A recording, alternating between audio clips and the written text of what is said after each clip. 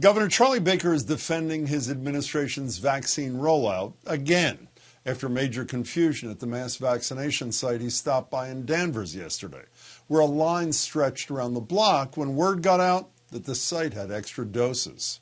People need to manage their dosing and manage their vaccine, and we expect all the sites to do that going forward. It's important for people to understand that if you don't have an appointment, if you don't have a scheduled appointment, there won't be a vaccine for you. Now, while the governor may want that to be the case, reports indicated several people got their shots yesterday without an appointment or being eligible under current state guidelines. And that's certainly not the only place that's happened.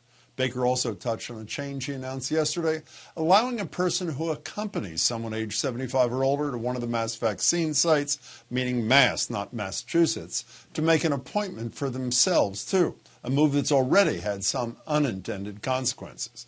As State Representative Steve Owens tweeted, "Totally normal for your state's vaccination plan to create a market on Craigslist for people willing to pay to drive seniors to their appointments," prompting this warning from Baker.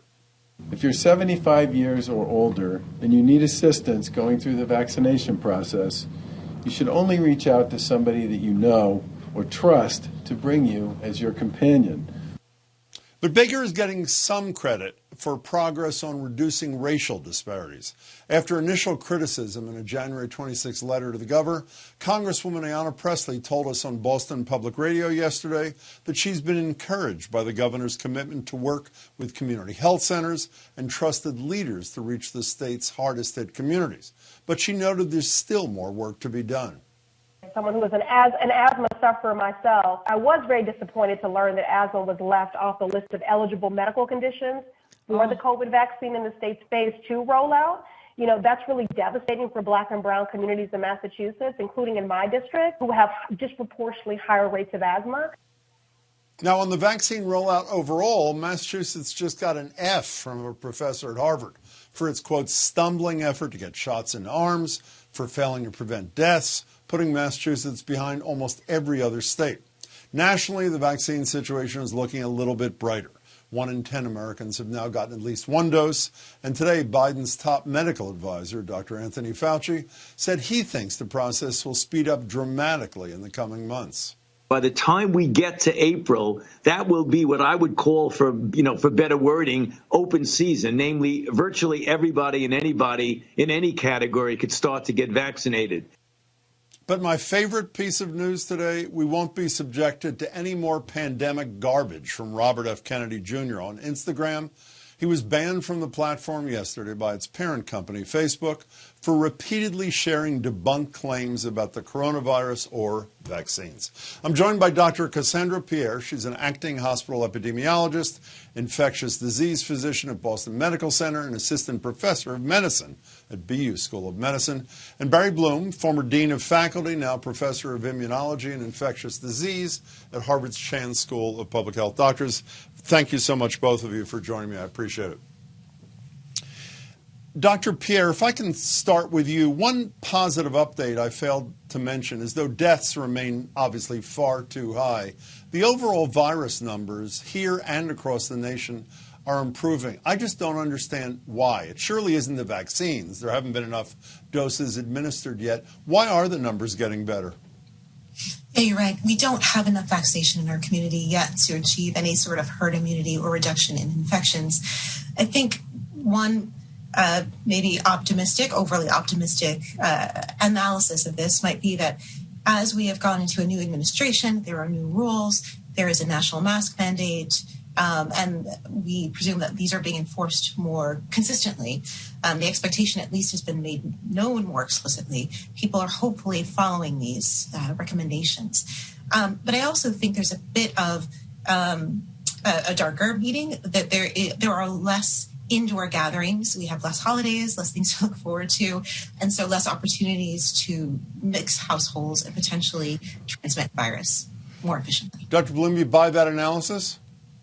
Yeah, I would also throw in that the increased contact between Thanksgiving, Christmas, and New Year's has done its damage, and we're coming back to a normal state But I agree with Dr. Pierre. People are more conscious of the need for masks. And I think the data are that more people are wearing them. Yeah, about time. You know, I should have mentioned earlier, you're involved in the governor's vaccine rollout task force, Dr. Bloom. The governor has admitted that the rollout's been bumpy, even though I'm sure he'd challenge that grade from your colleagues at Harvard. But there were more bumps yesterday with this, I know, well-intended, but let's call it scam-susceptible thing about the person who accompanies someone 75 years or older. Obviously, we want to get as many older people vaccinated as fast as possible. Was the governor right here? Was this the right way to do it? Dr. Bloom?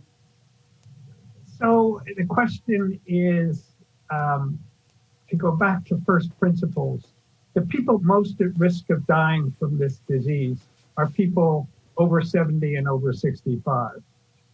75 is a group that is the highest risk for death. So anything that one can do reasonably to reach and get to these people, many of whom are not able to get around on their own, is at least a constructive idea. The downside is, your commentators have indicated, if it is not a family member and it's a Uber driver, it skews the equity arrangements and fairness arrangements. So younger people are getting vaccines simply because they drive an Uber. I don't expect much of that, but it's possible, and it would be unfortunate. You should look at my neighborhood message board mid-Cambridge, and you might feel differently. There were a lot of, quote, volunteers this morning. Dr. Pierre, did Baker get it right on that? Obviously, the goal is admirable. Is the vehicle, so to speak, to get it there the right one? Well, I have to agree with Dr. Bloom that if this is rolled out correctly, i.e. if there are sufficient doses of vaccines to account for the additional individuals who will be showing up, whether caregivers or not, or opportunists, then we have actually accelerated vaccine rollout and targeted those who are most susceptible to the severe forms of COVID, and also potentially made a victory for racial and health equity, because the individuals who are going to need most assistance to get into these vaccine sites might be individuals in low-income communities and Black and Brown communities, right, who otherwise would lack transportation. And so even if the individuals who are showing up with them are not necessarily their primary caregivers, that is one way to incentivize people to show up. That being said, if we do additional doses for those, those doses have not been factored in, and it delays rollout of the subsequent high-risk groups, then this will have been a misstep. Well, I happen to be in that next group, in the spirit of full disclosure, 65 and people with 2 comorbidities. The governor was asked about that yesterday, because obviously every dose that goes to that person who gets the 75-year-old to the vaccination site arguably means one fewer dose for that person in the next group. Here's what the governor had to say. I think if you look at the data, being over the age of 75, being over the age of 85, those communities are far more likely to lose their life and get hospitalized as a result of COVID. And it's not like 5% or 10%, it's like multiples. We want to make sure, before we go to a next category, that we've gotten everybody we can possibly get who falls into that classification. I want to broach another bumpy issue from the last couple of days with you, if I can. One of the issues I mentioned at the top of the show, the chaos in Danvers, where people there are hoping there was an extra dose. The governor was asked repeatedly about these extra doses today. Let me start with you, Dr. Bloom. Every time he was asked the question, he said, you got to make an appointment. You got to make an appointment. But the questioners, the reporters, were basically saying there are going to be extra doses, though. And one question that I thought made total sense, which he said he blew away, was how about a call list? So that if there are extra doses, there's a call list for people, which is orderly, to say, if you're available, come on down. Why is that not the sane approach to the extra dose issue? Yeah, the complexity that I truly don't understand is why in the beginning you had to call places that had vaccines.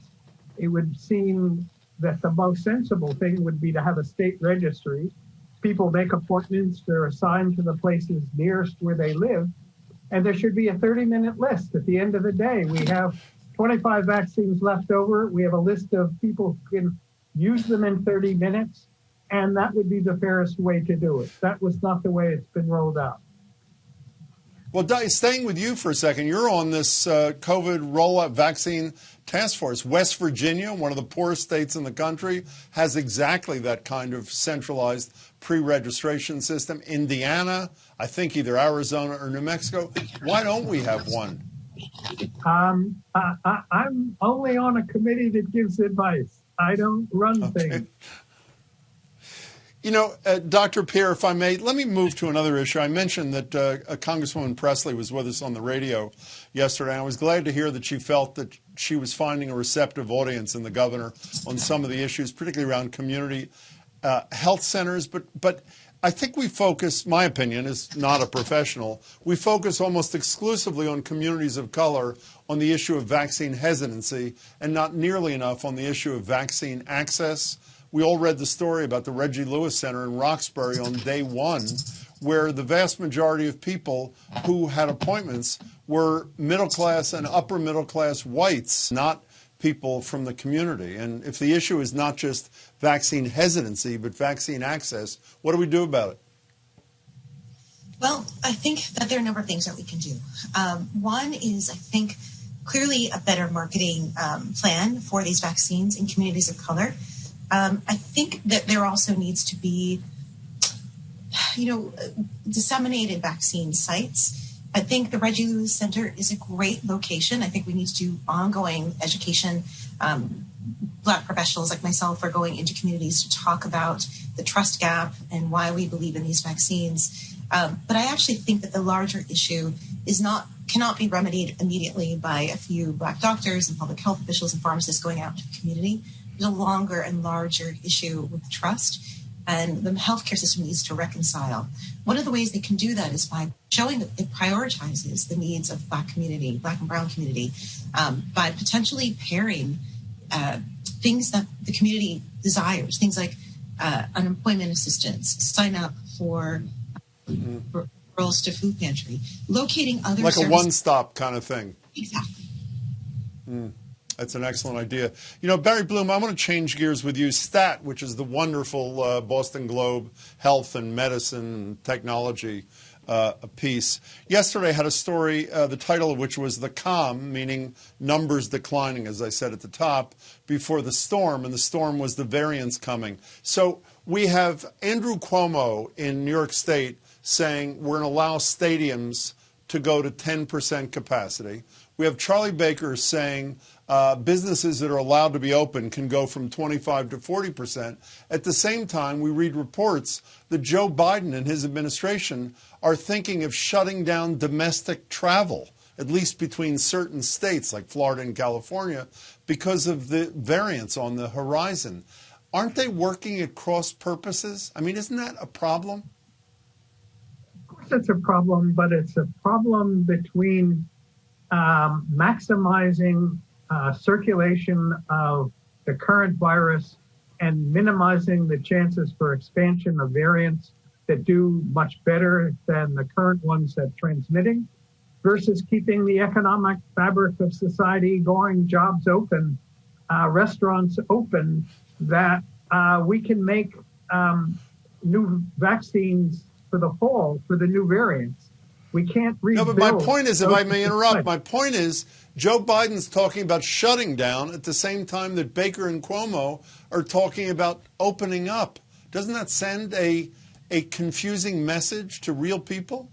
No, I didn't hear that. What I heard is the pressure to put a requirement possibly for vaccination for long-distance airplane travel and a requirement for masks rather than stopping all transport. Well, I hope you're right, and I hope I'm wrong. I just have a minute left. Starting with you, Dr. Pierre, a little Nostradamus time. Give me a sense of what you see over the next, let's say, 2 months on the vaccine and virus front. Quickly, if you can. Sure. Well, my name is Cassandra. Well, I think that, what we will see is there will be a proliferation, hopefully, of new vaccines that are available to us, and we'll have to figure out how to deploy these in an equitable fashion. I think that we will ramp up the vaccine distribution, no doubt about it, but we will still be in not a great position when it comes to the vulnerable and the most at risk for our population, and we need to do a lot more to get that ready. Agreed. Barry Bloom, you get the last 30. I think we have to I agree with everything Dr. Pierre said. What we have to do is be creative at getting vaccines to the people instead of the focus on getting the people to stadiums and places for vaccines. And this means really utilizing the very strong community centers and organizations that we really haven't tapped into at the highest level. And I'm optimistic that they could do a terrific job and engender the trust that Dr. Pierre feels is so important. Cassandra Pierre, I thank you very much for being here. Barry Bloom, I not only thank you, I read today you're from Philadelphia like I am, and you have no accent, so I want to congratulate you on that. Good to see you both. Thank you very much for your time. I appreciate it. A pleasure.